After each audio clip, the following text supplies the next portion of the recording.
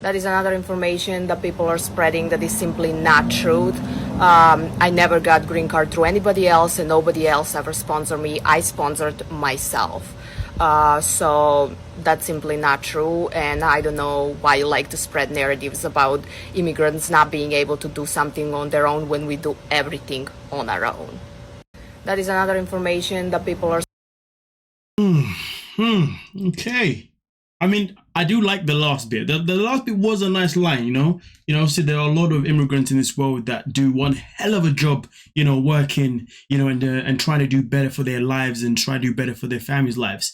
But, in this world, there are different types of immigrants in terms of how they actually end up in certain countries. And sadly, we live in a world where there are a certain portion of immigrants who get into a country by using somebody else. I mean, look at it this way. If it was me personally, I would rather get into the country by smuggling myself into the country rather than actually, using someone else to be in the country. Because you see, one of them is just pretty much wasting someone else's life, someone else's time. One of them is also wasting someone else's emotions, and using their emotions. And one of them is also on top of that could easily ruin somebody else's mental health. You see what I'm saying? So it really depends on, how the immigrant gets there. But either way, though, I would definitely say I agree. There are a lot of immigrants in this world that do a phenomenal job, each time they enter a country. I mean, listen, we can sit here right now and honestly admit that, some of the great things that you may see in the States as well as the UK and XYZ are due to the fact that, immigrants come in and they do one hell of a job. For example, in the UK, before Brexit, once Brexit became a thing, a lot of people got sent back to their countries across the world,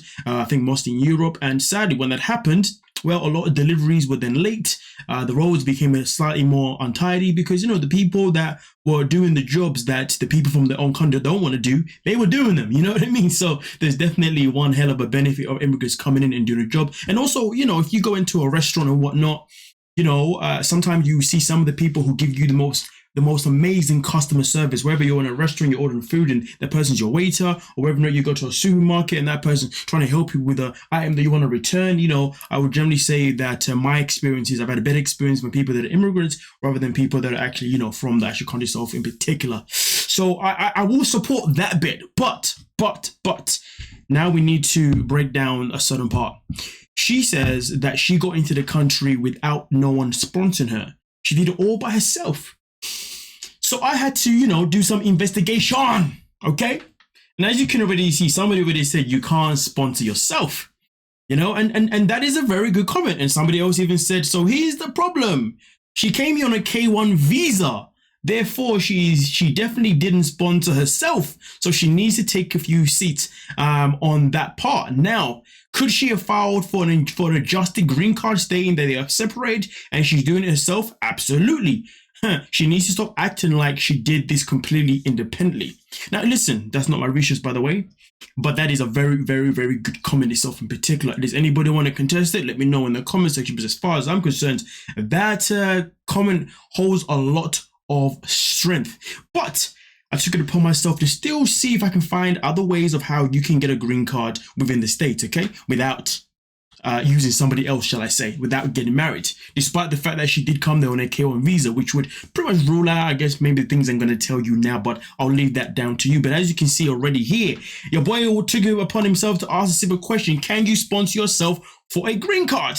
There are a couple of distinctive categories for self-sponsored green cards where a foreign individual does not require an employer or family member sponsorship. These are for victims of criminal activities and for those demonstrating extraordinary abilities. Now, we know that, well, from what we know, none of these things could help her get that sponsorship, because none of us know anything about her having any criminal activities or demonstrating extraordinary abilities apart from being able to, sell fake hair and makeup. I don't know if that's an ability, but I don't think it is an ability. So it can't be this. There's no way it could be like this. Unless, of course, she came in and said, yes, this is it, and I have the proof.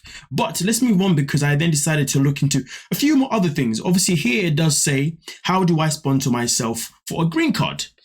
Two of these ways are the EB1A visa, which I'm going to explain to you guys shortly, and also to the natural interest waiver. Through both of those options, you do not need a job offer and you do not need a company to file a immigrant visa petition on your behalf. Instead, you apply for the immigrant visa on your own behalf. Now, could these two options be a possibility? Well, let's dive into it. Let's find out what they mean. So when it comes to the first one itself in particular, the EB1 visa, this is exactly what came up. As you can see here, it does say to qualify for the EB1 visa, there are three main requirements. You are an individual with an extraordinary ability, which can somebody please tell me where that is if she has one? You will continue to work in your area of extraordinary ability once you are in the United States.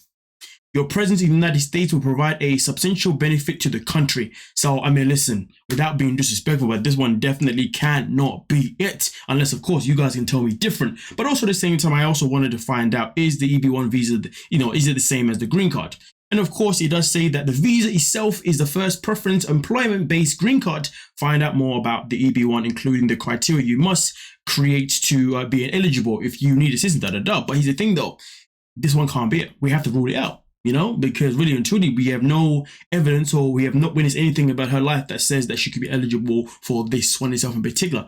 So therefore, we go into the next one, which is the national interest waiver. And in this one itself, it does say, how does a natural interest waiver work? National. What the hell am I saying today? Am I okay? Damn, my brain is fried right now. You guys are probably typing, it's not natural, it's national. I do apologize. I do sincerely apologize.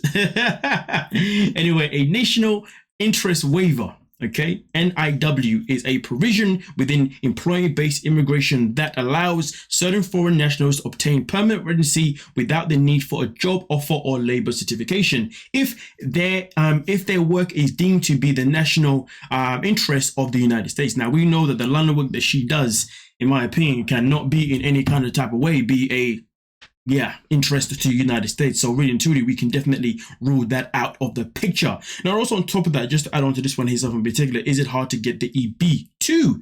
Okay. And it says it has become a popular way to obtain a green card due to its fast processing times and high approval rate. Applicants must be advanced degree or extraordinary and prove their works can significantly contribute to the US economy. Again, we should know based on what we've seen, what we've witnessed, what has been reported, that these visas can definitely not be how she is in the States and how she has been able to sponsor herself. So therefore, we go back to square one, and square one is that she came to the United States on a K1 freaking visa. Now, here's the thing.